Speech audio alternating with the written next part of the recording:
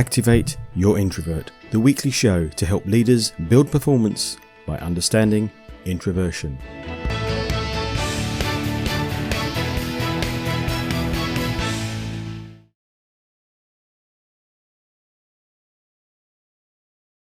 In this week's show, a discussion with Ella Orr.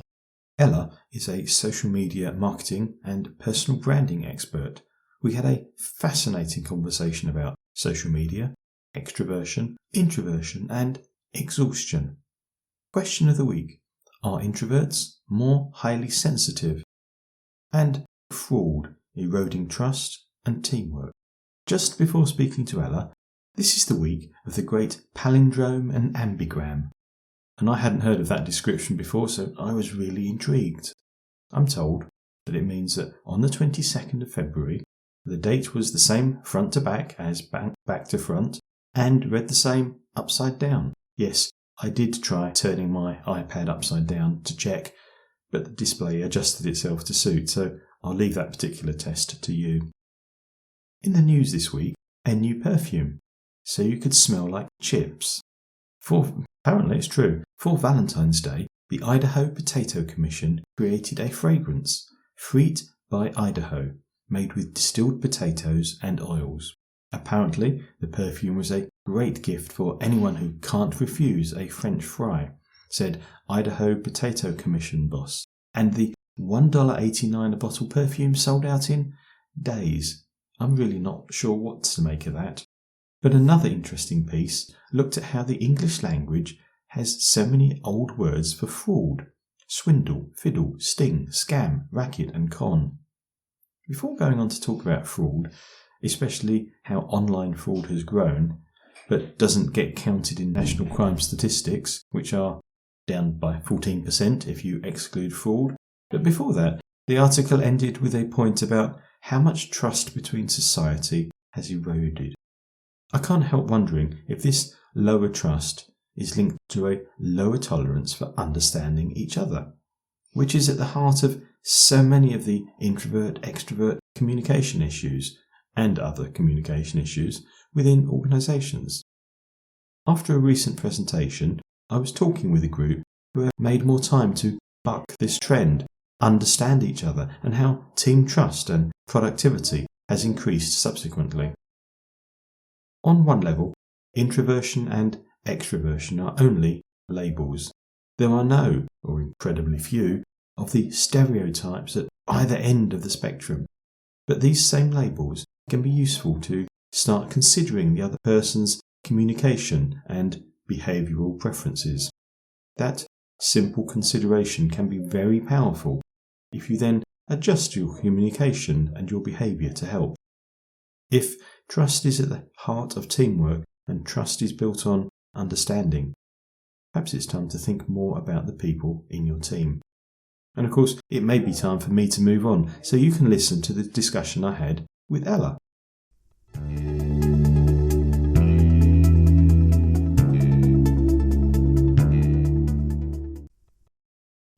Hi Ella, how are you doing? I'm fine, thank you, John. So we're going to talk a lot about personal branding and social media, where the interplay between the two is. But just before we dive into that, I'd love to know, are you an introvert or an extrovert? And perhaps more importantly, what's that mean to you? I think I'd have to say I'm an extrovert, John. I've always said I am a bit of a show-off, and I've always sort of enjoyed the limelight. I don't feel any kind of discomfort with it. I suppose I would if something embarrassing happened, but thankfully not too many. Try not to do that today then. Let's talk a little bit about personal branding. Yeah. What is it? I think it's a way of you being able to stand out from the crowd and stand out from your competitors if you are a business owner, but not just a business owner. I think in the way that we work now, in the world of work, then you do have to have a kind of, you've got to be your own brand to a certain extent. You've got to not just have that reputation and relying on your experience, your years of service, your skills, your knowledge and everything else, but something that's perhaps a bit more holistic than that.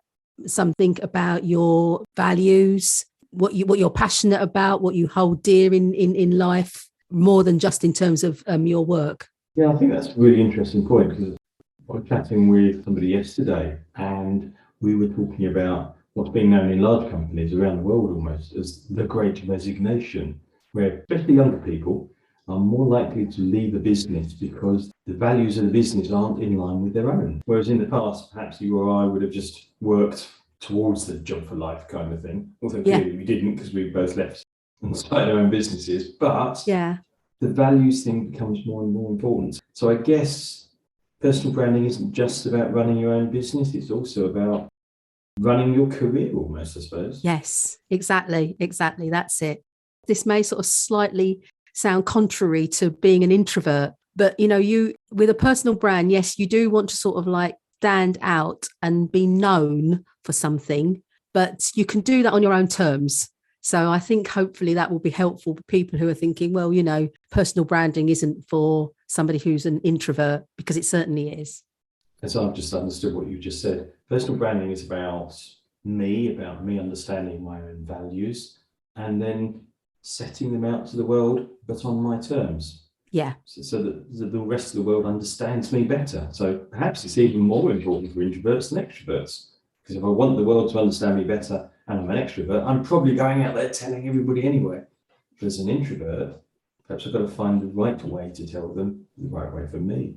Exactly. And that's why I think some people, I know we're going to get on to talking about sort of social media, but I think, some people get very put off about some of the expectations that there are in terms of, say, for example, creating content on social media, especially with the move towards, say, video. And I know that can be very, very off-putting for people who don't feel comfortable with being visible in that kind of way. But then they will maybe create their own visibility in a way that they feel more comfortable and secure with. How would you describe it? Is it about attracting people? Is it about repelling people? Why would we bother? It's definitely about attracting people into your community or into your tribe. If you want to use a more traditional word, network. Tribe is a very sort of social media word, I know. It's about, we all want to, it's human nature, isn't it, for us to sort of connect with people who we feel we've got something in common with, or whose values align with our own. We do attract people to us for different reasons, and we want to appear attractive. And I'm not talking about physical attraction here. I'm just talking about the human reasons why people connect with each other. Also, the other side of that is, of course, is that we're going to want to repel the people who we don't want to be in our network. And so your personal brand is a really good indicator to the outside world, to that potential audience, that, oh yeah, this is somebody who I'd like to get to know better.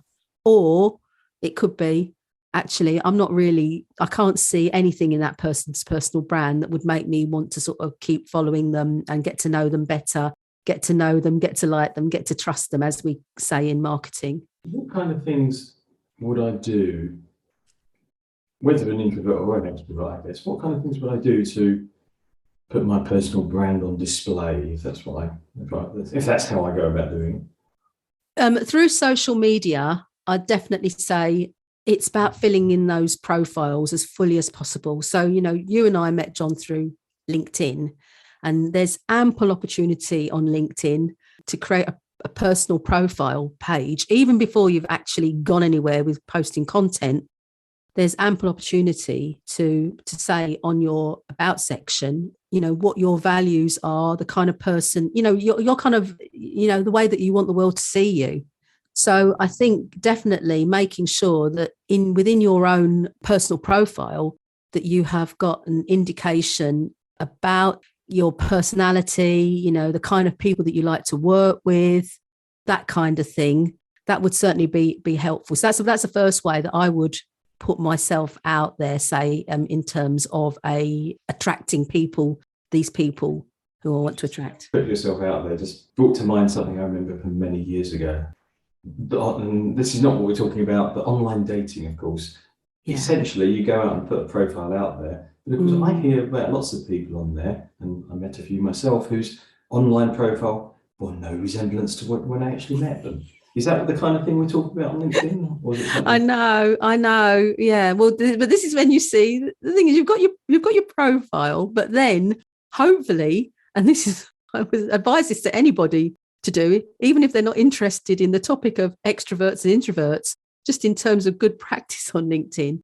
Before you go and connect with anybody, go and check out their profile, but then also go and check out their activity, because it's when we engage with content on social media that we can get an idea about somebody else's personality or their personal brand. And personality is a huge part of personal brand, but also in the posts that they put out. Now, sometimes, I'll go and check out a profile and I'll find that somebody hasn't posted for months, but it's not even that. They haven't even engaged on any content for months. And that's going to make me a little bit more wary about connecting with them. Just in the same way, if you were, and I always say to try and put this online world into the real world. If you were going to meet somebody for the first time, if they just introduced themselves to you and gave you a list of factual comments about themselves, then yes, you may be interested in them, where they live, what they've done previously in their work, what kind of car they drive, what kind of food they eat. But you want to actually get into a conversation with them more to find out actually if you really want to get to know them better. And that's what being active on the actual social media feed, whether it be LinkedIn, whether it be Twitter, whether it be Instagram, or wherever it is that you're hanging out. If there are conversations going on, that's where you can find out much more about someone's personal brand. Going back to the introvert thing, one thing that many introverts say is that they don't like going up and starting conversations with other people. But if you've got thought about that in advance and you've got your personal brand out there, and I'll give you a quick example because I often talk about scuba diving on my profiles. Mm-hmm. I found that people come and talk to me about scuba diving, and suddenly I'm in conversation about something I love. And even as an introvert, that's a great thing to do. Yeah, exactly. This is why we say that social media and even LinkedIn, which I know some people don't like the kind of personal posts on there and whatever, but there's a reason why they're on there. They show our human side and they show us in the whole to human beings, which is what we are. There are many dimensions to us. And so I think that thing that you just said there, John, about sharing about your scuba diving interests, it may well be that is the thread. That is the conversation that another introvert will say, oh, I'll go and talk to John about that. I mean, I share some things about my training at the gym, which is a recent thing for me. I've only just started doing it in the last 4 years. I started in my weightlifting. I was thinking, wow, yeah, better not upset this lady. But I've only just started doing it in the last few years. I started in my early 50s, but I love it. And so people don't want to talk to me about personal branding or social media on LinkedIn. That's fine. But they'll come and comment on a post about me weight training because it's something that they're interested in as well. So I think it is about finding those threads to create human conversations online in the same way we would do in real life. I often read about people feeling burnt out on social media. Mm-hmm. What causes that? Well, social media is designed to keep people online for as long as possible. I mean, there's a lot of science, neuroscience that's gone into this, and the social media platforms know how to addict you and keep you and never let you keep you addicted. Yeah. They know how to manipulate that. That's the word I was looking for. And so you've got to be of a very strong mind to sort of not be drawn into that all the time, which is why it's so good now that there are even within the platforms themselves. I've heard within Instagram that they are starting to introduce reminders for people to say how long they've been on a social media, how long they've been active on the platform for in terms of minutes, that kind of thing. I'm sure. So the burnt out thing, is that about they've spent too long on there, they're being overactive on there? And the reason I ask is because I've spoken to a lot of introverts who feel, well, obviously face-to-face, they feel exhausted because that's a defining point about introversion, but they also feel like that when they spend too long on social media as well. Yeah, but, we have control over our devices, John, and we can step away from it. And I think that's the thing, there's plenty of apps on our phone. If you've got a smartphone, there's Sets a timer, get off it. Yeah, it sets a timer, exactly. But, interestingly enough, actually, I I was reading on LinkedIn just like, I think it was at the weekend, someone's just bought themselves a Nokia, just basically to use as their communication for texting and phoning. And they're keeping their smartphone just for all the other gadgets and gizmos and everything else that you can get on your phone. But they're just keeping that as they're separate from the communication aspect of using a phone. Do you think then that social media's appeal is more for extroverts or introverts? I think social media's appeal is for people. Now, this is going to sound a bit woo-woo, but I do think it is for people who want to be part of communities. I mean, that is what social media is essentially about. It's about building communities. And when we see it, I mean, I live in a lovely little village here in Leicestershire, and we've got a Facebook community group. And yes, admittedly, there are a few people who come on there and they rant and rage about this, that, and the other. But essentially, it's a very good way for us to keep in touch with each other as people who live in the same community. So the one thing about introverts is that people often mistake is that they do like being part of a close-knit community, face-to-face as much as they might get tired, but they particularly value close community. So I guess in that sense, social media can be important for both introverts, extroverts, and anybody in between. Exactly. And you can choose the size of community you want to be with. If you feel that a group is getting too big, it's too noisy, too loud, then you can back off, and you've got control. In a way, you've got more control over that than you have if you were sitting in a party with loads of people and looking for an escape route, which is what I'm sure many of I've been there. Let's quickly move to finish off then, because we've taken great time. I've enjoyed the conversation, but perhaps you can give us a tip for an introvert to get the most from social media. I would definitely pick up on what you just said there, John, about managing your time. You are aware of your own needs and limitations, and limitations isn't a negative word. That's a positive. So be aware of how much time you actually want to be on social and which platforms you want to be on. Don't overload yourself with being on too many platforms. Then just say, okay, I'm only going to be on it 15 minutes a day or 15 minutes 3 times a week or whatever it is. You choose that. Great tip, thank you. And how about people want some of their team to engage more on social media? As a leader, probably not introverted, how could you get your team to engage more?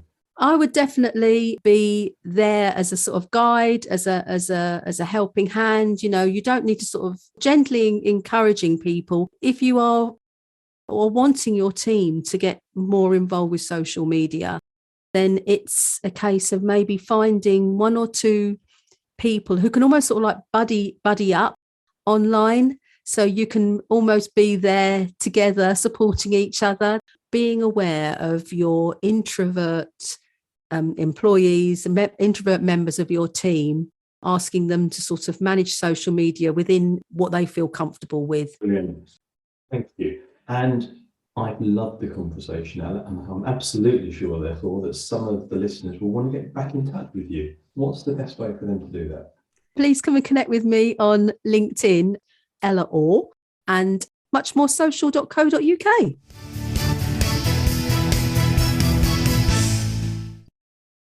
So a personal brand is useful to everybody. It's not about pretending who you are. It's about portraying who you are in the right light. Considering your personal brand can be useful for building your own business, but also in your career. And as a leader, what's your personal brand? Perhaps it's more important for introverts to actively consider how they can display their personal brand than it is for extroverts. More to the point, personal brand is not about willy-waving and shoving your ego in everybody's faces, unless, I guess, that is your brand. How you act on social media and in real life are the ways in which you portray that brand. So portray the whole you, not just the bits you subconsciously do. They were my main takeaways anyway. I'd love to know what you thought. Join the Facebook page at Activate Your Introvert and add your comments.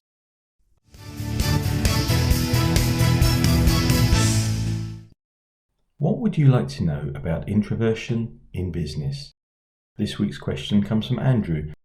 Are introverts more sensitive than extroverts? It's an interesting question, so thank you, Andrew. It's also a great example of why I'd love people to answer the question on air, as I'm having to guess slightly about what you mean in order to answer the question, Andrew. There is a thing called highly sensitive people, or HSP for short. Firstly, it's not a weakness, a problem, or a syndrome any more than introversion is. HSPs are thought to have an increased or deeper central nervous system sensitivity to physical, emotional, or social stimuli. It's a term first used by psychologists Elaine Aron and Arthur Aron in the mid-90s. There are many ways in which the sensitivity may manifest itself, but here's two. Being overwhelmed by sensory stimuli like noisy crowds, and feeling the need for downtime, especially after a hectic day, needing to retreat to a dark, quiet room. And I picked those two as they sound similar to something which many introverts may suffer. As an HSP, you process stimuli very deeply. An introvert recharges when he's alone, enjoys being with others, like I am at the moment on my trip, but may prefer smaller groups and need more time to recharge, think and analyse things than an extrovert does. My 24/7 networking trip at the moment is certainly evidence of that. So there are links, and some people say that 70% of HSPs are introverted, but there are also many extroverted, highly sensitive people. So I hope that's the answer you're looking for, Andrew. If not, ask again, and maybe even tick the box to ask on air. Whether you want to be on the show or just have your question answered, go to activateyourintrovert.co.uk. You could also follow on Facebook and discuss your thoughts on the show's page. Activate Your Introvert. I'm John Baker. Thank you for listening. I hope you found it useful. There's a new episode every Thursday at activateyourintrovert.co.uk and your favourite podcast provider. Till then, go be introversial, activating your introverts, building your business.